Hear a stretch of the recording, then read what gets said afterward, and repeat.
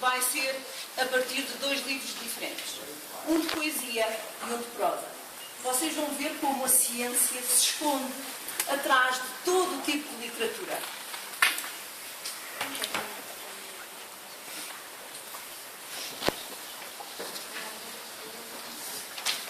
Ora bem, o primeiro livro é O Pássaro da Cabeça, de Manuel António Pina. Este é um livro cheio de temas de ciência que se escondem atrás de poemas lindíssimos. Bachelard é um importante epistemólogo do século XIX. Porquê? Porque era um cientista, em primeiro lugar, mas depois preocupava-se com os problemas e os limites da ciência.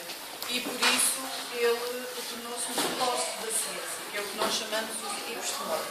E Bachelard dizia que é preciso imaginação demasiada para pensamento bastante.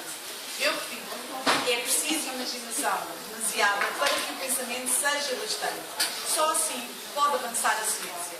O poema que dá título ao livro é precisamente um elogio a essa qualidade, seríssima e essencial aos bons cientistas. O autor é um poeta. Chama-lhe O Pássaro da Cabeça. Sou o pássaro que canta dentro da tua cabeça, que canta na tua garganta, que canta onde te apeteça. Sou o pássaro que voa dentro do teu coração e do de qualquer pessoa, mesmo que as que julgam que não. Sou o pássaro da imaginação que voa até na prisão e canta por tudo e por nada, mesmo com a boca fechada.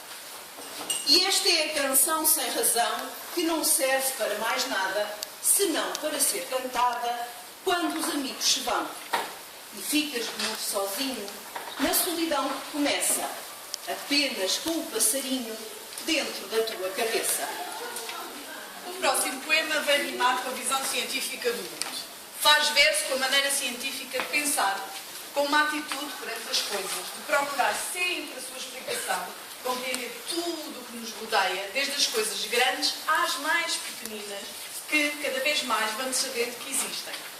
Aprendemos que tudo é feito de partículas, elementos pequeniníssimos. Nós, o mundo, cada estrela, a avó e os óculos dela, a mesa, a maçã e a canela, a pá, o pó e o pano de flanela. E tudo se vai estudando, explorando e conhecendo sempre melhor, não desfazendo. Nada do que existe nos cai do céu na cabeça, nem a chuva embora pareça. Até ela estava cá embaixo a existir, antes de ser chuva e cair. Mais ou menos perfeito ou imperfeito, tudo o que existe foi feito. E, antes de ser feito, desfeito. Com água, luz e vento, a terra se foi fazendo. O distante sol está ardendo, há milhões de anos e morrendo. O labrador deitou a terra a semente, o operário fez a enxada e a charrua. O cantor canta no palco, o ator atua. O inventor inventa inexistente. Foi feita a cama, feito o pijama, com fogo e esforço, se fez o almoço. Quem faz agora está alvoroço, toda a tarde a brincar e a correr, enchendo a alegria da casa inteira. Oh, que é feito o tempo da brincadeira, não tem nada a fazer. Realmente, o conhecimento das coisas dá-nos sempre de fazer. E muito. Cada um de nós é um cientista a cada minuto. Aprendemos que tudo o que existe é feito de partículas. Às vezes são muito especialmente minúsculas e não são perceptíveis a olho nu. Não as conseguimos ver. No entanto, elas são muito especiais, porque têm características que introduzem nos objetos coisas diferentes de tudo a que estamos habituados. Por exemplo, são estas partículas que fazem com que as osgas se colem ao teto.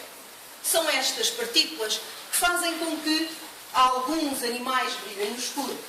Portanto, é disso que vamos falar aqui hoje. Vamos agora ouvir um poema que se refere às nanopartículas. Estas partículas minúsculas, os cientistas chamam-lhes nanopartículas. Depois de as vermos ao microscópio ampliadas, ficam enormes. No entanto, são ampliadas milhões de vezes. Pois é demais. Ora bem, depois de ver e distinguir umas e outras ao microscópio, ampliadas, enormes, o poeta chama-lhes gigões e anantes. Vamos ouvir gigões e anantes. Gigões são anãs muito grandes. Anãs são gigões muito pequenos.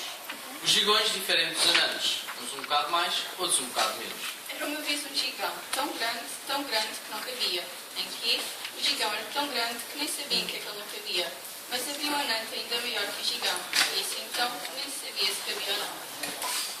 Só havia uma maneira de os distinguir. Era chegar ao pé deles e perguntar. Mas eram tão grandes que não se podia lá chegar. E nunca se sabia se estavam a mentir. Então a Ana, como não podia resolver o problema, inventou uma solução. Xixanava com eles e o que ficava, chuviante ou chibipante, era o gigão. E o anante que fingia que não. A teoria nunca falhava, porque era toda com palavras que só a Ana sabia. E como eram palavras de toda a confiança, só queriam dizer o que a Ana queria. É um nanomundo em pura poesia. E se de repente surpreendêssemos este cientista e lhe perguntássemos: és o que disseste que querias ser quando fosses grande? Talvez agora adulto e habituado a observar ao microscópio tamanhos tão alterados das coisas, ele diga assim: Pensando adultos. Parece que crescemos, mas não. Somos ainda do mesmo tamanho. As coisas que à nossa volta estão é que mudam também. Parece que crescemos, mas não crescemos. Foram as coisas grandes que há, o amor que há, a esperança que há, que ficaram mais pequenos. Estão agora tão distantes que às vezes já não as vemos. Por isso parece que crescemos e somos maiores que antes. Mas somos ainda como antes, talvez até mais pequenos. Quando o amor e o resto estão tão distantes que nem vemos como estão distantes. julgamos então que somos grandes e já nem isso compreendemos. O autor deste livro, Manuel António Pina, que eu acho teria dado um cientista perfeito, desses que compreende tudo, tem 2 poemas que são rigorosas conclusões e uma grande investigação científica. Avança sem medo, e a poesia não precisa de provas, na descoberta de uma nanopartícula que, em tudo aparentemente igual às outras, distingue as pessoas bonitas por dentro das outras. Uma pequeníssima partícula, completamente invisível aos olhos, marca tanta diferença. Como é poeta, não lhe chama nanopartícula. Chama-lhe flor, canção, alguma coisa no ar, algo que dentro de nós nos permite voar. Fala daquele pormenor da imaginação de Bachelard, que todas as crianças têm, que alguns adultos conseguem conservar e que todos os cientistas precisam de ter. Vamos ouvir versos à Ana. Havia uma flor, nem eu sabia onde é que a flor havia, mas tanto fazia. Talvez houvesse, onde ninguém soubesse, ou fosse uma flor de estar a ver, ou não, só na minha imaginação, ou não fosse uma flor, fosse uma canção. Nem a flor sabia que existia, em qualquer sítio, sem saber, floria. E se fosse uma canção, cantava e não se ouvia. E isso acontecia no meu coração. Não sei se era uma flor, se uma melodia. Era qualquer coisa que havia e cantava e floria dentro de mim sem razão. Ia pela rua e ninguém diria. As pessoas passavam e eu dizia, bom dia. E ninguém suspeitava o bom dia que fazia. Em qualquer sítio que dentro de mim havia. Só eu sabia e sorria, pelo vento pela mão. O aviador interior. O ar não se vê, não se sente, não se ouve. Mas quanto mais se sobe, mais não sei o quê. Enquanto se sobe sem sair do chão, quando a cabeça se move e o resto do corpo não. Cabeça subindo pelo lado de dentro, com o teu pensamento tão limpo e tão lindo. Tão maravilhoso como de um matemático, tão rigoroso como de um mágico. Embora às vezes não pareça, embora te digam que não, tens um campo de aviação dentro da tua cabeça. É ou não é a nanopartícula essencial da imaginação? E reúne as características de tantas outras. Porque brilha no escuro como os insetos. Não há chuva que a molhe. Absorve tudo. Não se deixa embaciar nunca. E, como as osgas, cola-nos ao teto. O nosso segundo livro de hoje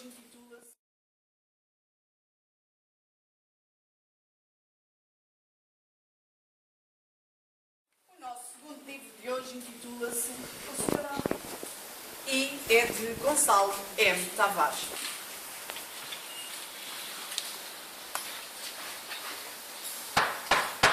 Os filósofos. Sr. Henri ia carregado com 2 cestos de compras. Eram garrafas. O Sr. Henri parou por instantes, cansado, e pôs-se a pensar encostado a uma árvore. O Sr. Henri disse: Já se faziam cestos no Neolítico. Depois, o Sr. Henri não disse mais nada porque estava muito cansado. O Sr. Henri continuou com uma respiração ofegante, encostado a uma árvore. Falta-me um copo de absinto. O Sr. Henri pensou mais um pouco e depois disse: Já percebo por que razão se começa a pensar. É por causa do cansaço. Se todos os homens tivessem uma boa condição física, não haveria um único filósofo. O Sr. Henri, antes de recomeçar a andar, disse ainda: Felizmente no mundo existe o absinto. O absinto é o melhor estímulo para a cabeça que existe. Por vezes não sei mesmo o que pensa melhor na minha cabeça. Se a minha própria cabeça, se o absinto. Mas provavelmente é o absinto. Neolítico.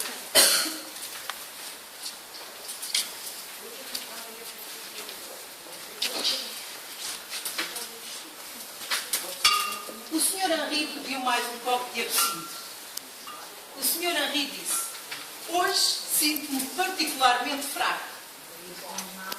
Já se faziam cestos no Neolítico. Cestos! E o Sr. Henry bebeu de uma vez um pequeno copo de absinto.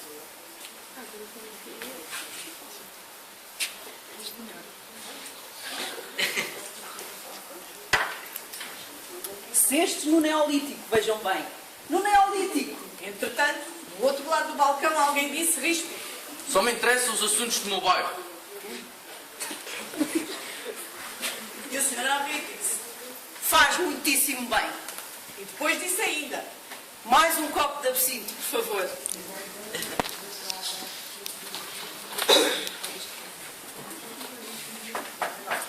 Vai de jardim. O Sr. Henri estava no jardim em frente ao seu quarto preferido, onde, sentada uma mulher, tocava o violino.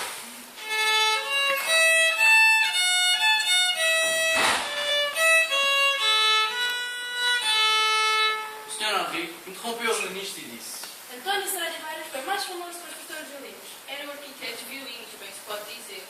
Já experimentam vários tipos de violinos, até se decidir pela dimensão e forma do atual violino Stradivarius. Eu poderia ter sido um grande violinista, mas nunca soube tocar violino. Porém, o álcool apareceu muito antes do violino. Muito antes de existirem violinistas, já existiam pessoas inspiradas artisticamente pelo álcool.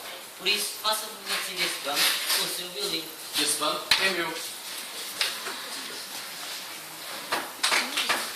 A memória. O Sr. Henry estava sentado no banco de jardim a pensar se o seu corpo se levantaria para ir ver um copo de absinto. O Sr. Henry disse. A minha alma já se levantou. O Sr. Henry olhou depois para o corpo, tentando localizar o próprio rosto, mas não conseguiu. Há partes do meu corpo que eu posso ver com os meus olhos. Mas há outras partes que só posso ver com a minha memória. É como se a memória tivesse olhos. E mais antigos que os outros 2. O Sr. Henry depois calou-se. E o Sr. Henry, depois de um breve silêncio, disse. O certo é que a minha vontade já bebeu um copo de absinto. E eu não. A minha vontade já se encontra neste momento mais bêbada do que eu. Não pois apanhá-la. O Sr. Henry levantou-se então do banco do jardim com um súbito movimento Eis finalmente uma decisão. Ao absinto. e começou a andar rapidamente. As Explicações explicações dos dos médicos. O Sr. Henri costuma ter falta de ar 2 vezes por semana. Certas semanas, tal facto ocorria à terça-feira e ao sábado. Outras semanas, ocorria às terças e sextas. Falta de ar, aqui, dizia o Sr. Henri, colocando as 2 mãos à volta da garganta. Enquanto lhe servia um copo de absinto, o dono do estabelecimento disse: O Sr. Henry deve ter algum ano passado como foi enfocado numa árvore alta, cerca de 6 metros de altura, com 1,5 m de diâmetro. Este terrível acontecimento passou-se uma terça-feira, e daí a falta de respiração sempre à terça-feira. O Sr. Henri concordou com a cabeça e disse: Também nunca gostei das explicações dos médicos.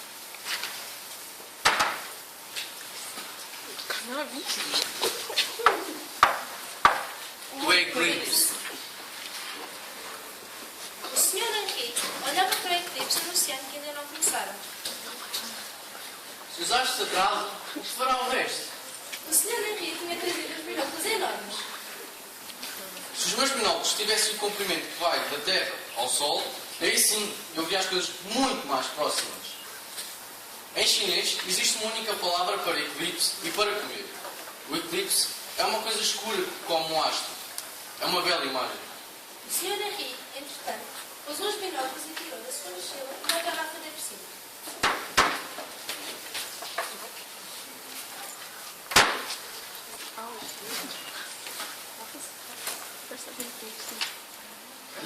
Já me vi.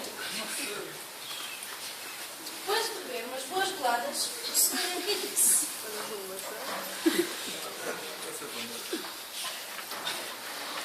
Tive um eclipse real. Um belo eclipse. e bebeu umas boas goladas. Deitado no chão, à espera que algo acontecesse, o Sr. Henrique acabou por fechar os olhos e adormecer. Quando acordou, pegou na sua mochila e na sua garrafa de absinto e retirou-se.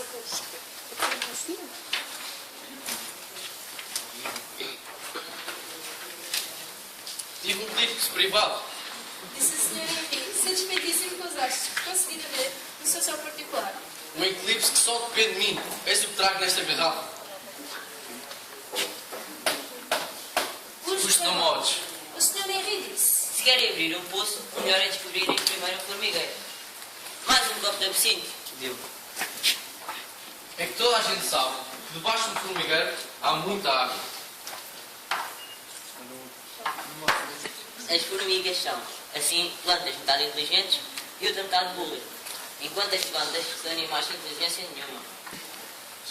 As formigas precisam de água para constituir uma família e nisso são iguais aos homens.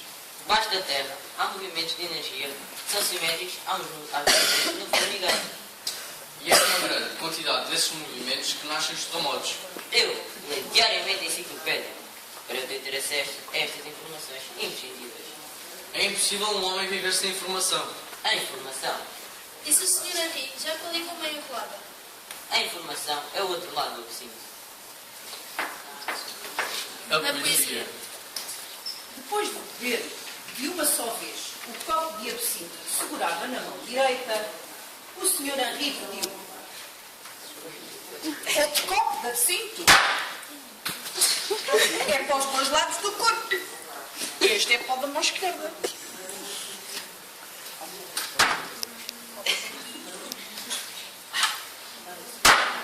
É fundamental para o equilíbrio humano. O número 2 é o número do equilíbrio.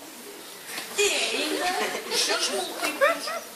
Nos tempos antigos existiam duas matemáticas. E agora só existe uma. Aconteceu como sempre acontece quando o povo entra em guerra contra o outro. Envolvendo-se e o outro perde.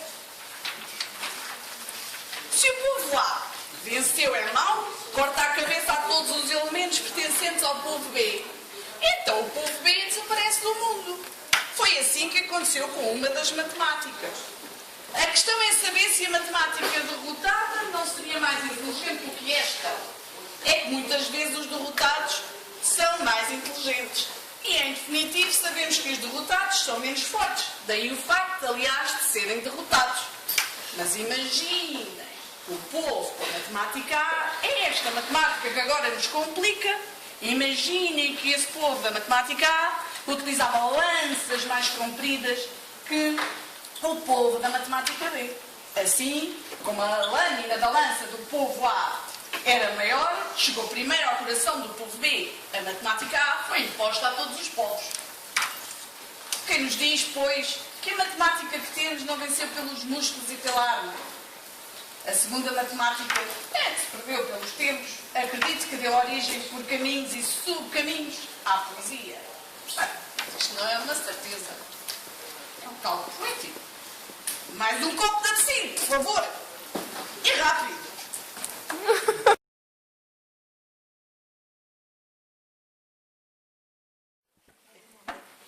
Querem que vos fale dos fatídicos anos de 1348-50? Perguntou ainda o Sr. Henri, já perfeitamente desequilibrado. Avancemos, pois, para o primeiro. O infinito. Uma caixa que por dentro mede 20 por 10 por 10 e que por fora mede 10 por 5 por 5. O infinito vem no absinto. O Sr. Henri, levantando o dedo indicador na mão, pediu ainda. Mais um infinito, por favor. E dos grandes.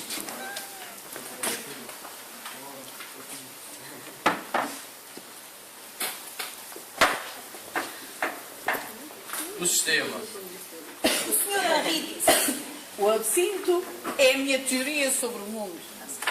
Eu tenho um sistema geral do pensamento. Chama-se absinto. O eterno. o Sr. Henri disse, este honrado estabelecimento tem tido a honra de assistir a alguns dos mais famosos discursos do Sr. Henri, eu próprio aqui presente, nesta oportunidade. Mais um copo de absinto, por favor. Hoje, por exemplo, vou falar-vos do microscópio. O microscópio é um instrumento inventado para fazer grandes as coisas pequenas. Já os políticos, por sua vez, são instrumentos para fazerem pequenas as coisas grandes. O microscópio foi inventado na Holanda em 1590. No meu modesto entender, devia existir uma data a assinalar o momento da invenção do instrumento e a data a assinalar a desinvenção desse mesmo instrumento. Quando uma invenção é passada pelos acontecimentos, deveria efetuar-se uma cerimónia de enterro, com todos os rituais de uma grande despedida. Exatamente, como as pessoas, uma data de nascimento e uma data de morte. Paz à sua alma. Há, no entanto, coisas eternas. Claro, coisas que nunca morrem. Coisas que nunca perdem o valor. Mais um copo de absinto. E o Sr. Henri, enquanto saboreava o absinto, Oh, o eterno! O motor das tempos. O Sr. Henri disse, Hoje não vou tocar num copo. Haverá então alguém disponível para me segurar pela garganta? Estou a brincar. Metade do prazer de beber absinto está a tocar no copo. Metade talvez seja um exagero. Quero um copo cheio de absinto até aos miolos. E já!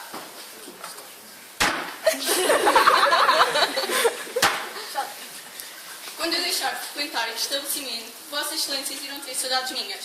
Eu sou um dos grandes financiadores deste honrado estabelecimento. Visto numa lâmina de microscópio, um raio é um conjunto de ferros de 30 cores diferentes. O microscópio é o invento mais importante para a democracia. Um pau ao microscópio tem tantos vermes, tantas cores como um rei. Se não tivesse sido inventado o microscópio, não teria sido inventada a democracia. Os gregos foram mais ou menos uma democracia sem microscópio, o que é, de facto, uma grande porcaria. Também nos devem informar sobre os motores de combustão interna. Há motores a 2 tempos e a 4 tempos, exatamente como uma valsa, só que aqui, nos motores, é insuportável de uma maneira, enquanto a valsa é insuportável de outra. A única coisa que não existe a 2 tempos é morrer. se a morte existisse a 2 tempos, ninguém morria. Porque o intervalo entre o primeiro tempo e o segundo, todos fugiam. A morte é um motor a um tempo. A morte é um motor que nos cai cheio em cima da cabeça há um tempo. Faz um copo de absinto, excelência. os copos de absinto também se devem beber a um tempo. É pecado beber um copo de absinto a 2 tempos. Quero declarar, pois, no meio deste excelentíssimo estabelecimento de bebidas e bebidas limitada, que o 11º mandamento é: não beberás um copo de absinto a 2 tempos. E o 12º mandamento é: muito menos a 3 tempos. Um copo de absinto bebe-se uma só vez ou não se bebe. Quando se bebe, não se gagueja. Ou seja, a cantar e a beber, ninguém é gago. Mais um copo de absinto. Excelentíssimo. O Sr. Henri vai fazer um brinde. Ao Sr. Henri é muito inteligente. O Sr. Henrique tem uma inteligência em toda a extensão da cabeça. O Sr. Henrique tem quilómetros e quilómetros de inteligência dentro da cabeça. Já vi imagens em que a inteligência está toda enrolada dentro do crânio, como se fosse uma cobra cheia de raciocínios. A questão do motor a dois tempos é que tudo é importante. Não existe a dois tempos, mas há um único tempo. Não há dois deles, o da direita e o da esquerda. Não há dois dilúvios, um às 6h15 e outro às 7h35. Todas as palavras importantes são a um único tempo. Por exemplo, a palavra absinto. Ninguém diz absinto. Se eu disser está a pecar contra o que é mais sagrado dentro do sagrado. E o Sr. Henrique calou-se. Este longo discurso cansou-me. Não quererá o administrador deste estabelecimento trazer-me por gentileza um outro copo de absinto? Não de absinto. De absinto, sempre. O motor a dois tempos é para os palermas. O Sr. Henrique disse. O que me desagrada nos bolsos de umas calças ou de uma camisa é este de se encontrarem preparados para transportar líquidos. Se o vestuário dos homens estivesse mais bem preparado para transportar líquidos que outro, o mundo estaria muito melhor. E Vossas Excelências acreditam bem no que o Sr. Henrique está a dizer. E o Sr. Henrique é muito cerebral. Enquanto a maior parte das pessoas é cerebral daqui para cima, eu sou cerebral daqui para cima e daqui para baixo. Sou cerebral em todas as direções.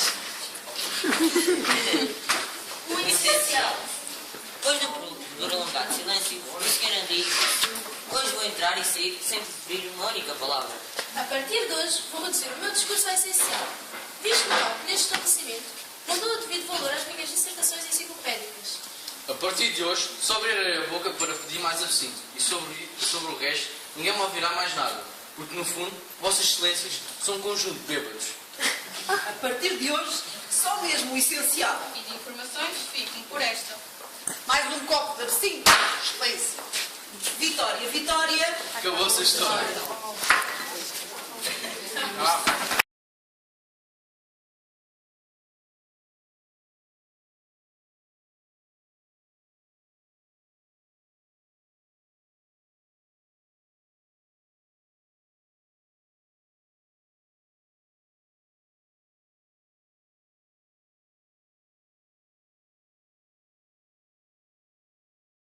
Isto é uma coisa completamente diferente. Vamos ver consoante a nossa apresentação. Em primeiro lugar, vamos perguntar, além disto que nós temos aqui, que são os livros que nós acabámos de ler, vamos passar ao próximo, em que é que se relaciona a nanotecnologia? Nós temos uma ideia principal do que é a nanotecnologia e de que maneira é que nós a podemos encontrar em diferentes disciplinas. Aqui a resposta mais correta não é a nanotecnologia é uma disciplina, mas sim uma pesquisa que é feita em várias disciplinas, portanto ela é pluridisciplinar. Nós podemos encontrar nanotecnologia e investigações nesta área feitas na disciplina da Química, da Física, na Engenharia Elétrica, agora neste momento maioritariamente na Ciência dos Materiais. Há vários materiais que estão a ser criados com base em tecnologias que assentam na nanotecnologia, de maneira a que possam ter melhor rendimento e serem mais baratos e mais duráveis. Depois, está também relacionada com a biologia, com a tecnologia da informação e com a engenharia mecânica. Portanto, nós podemos encontrar não estes conceitos que nós vemos aqui, mas outros tipos de conceitos que estão a ser desenvolvidos em várias disciplinas.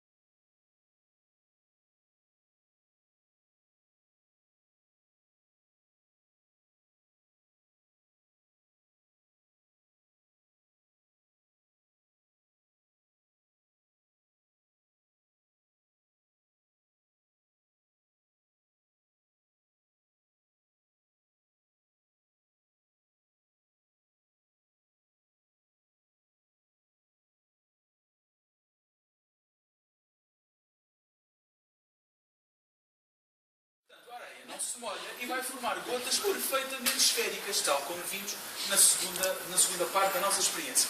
Continua. Depois, materiais super hidrofóbicos na natureza. Exemplos disso são a folha de milho, a folha de couve ou as penas das aves. Porquê que uma folha de milho ou uma folha de couve precisam de ser hidrofóbicas? O que é que acontece? Acontece porquê? Porque a planta tem raízes por duas razões. Para se poder agarrar à terra e para receber os nutrientes de que necessita. Se ela recebe nutrientes do solo e vai absorver toda a umidade, acontece o mesmo que se nós tivermos constantemente a regar uma planta. Ela aprecia e morrer. Portanto, para manterem um nível ótimo de hidratação, a planta não permite qualquer tipo de entrada de água do exterior, porque vai buscar ao solo aquilo que ela entende.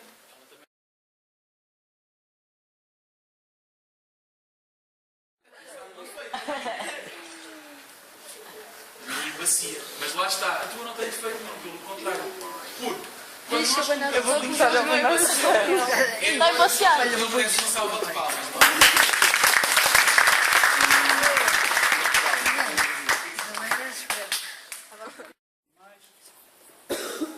Muito bem.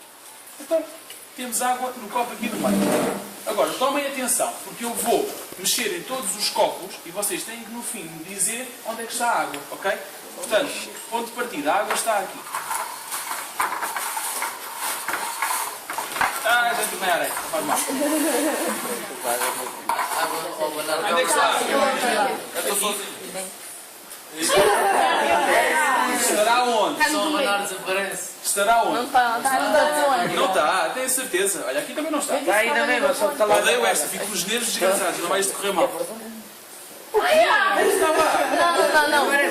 nada. Mas há água. Está na garrafa. Espera lá, esperem lá. Vamos lá tentar pôr mais um bocadinho de água aqui. Agora no copo, vá. Vamos pôr aqui mais um bocadinho.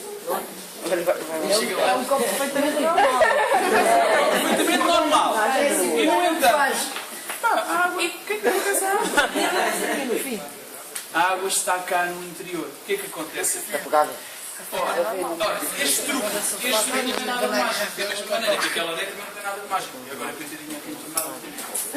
Isso não interessa nada. Podia ser pior. Agora, o que é que aqui acontece? Nós temos, eu tinha aqui dentro já colocado um pó chamado poliacrilato. O poliacrilato. Passa ao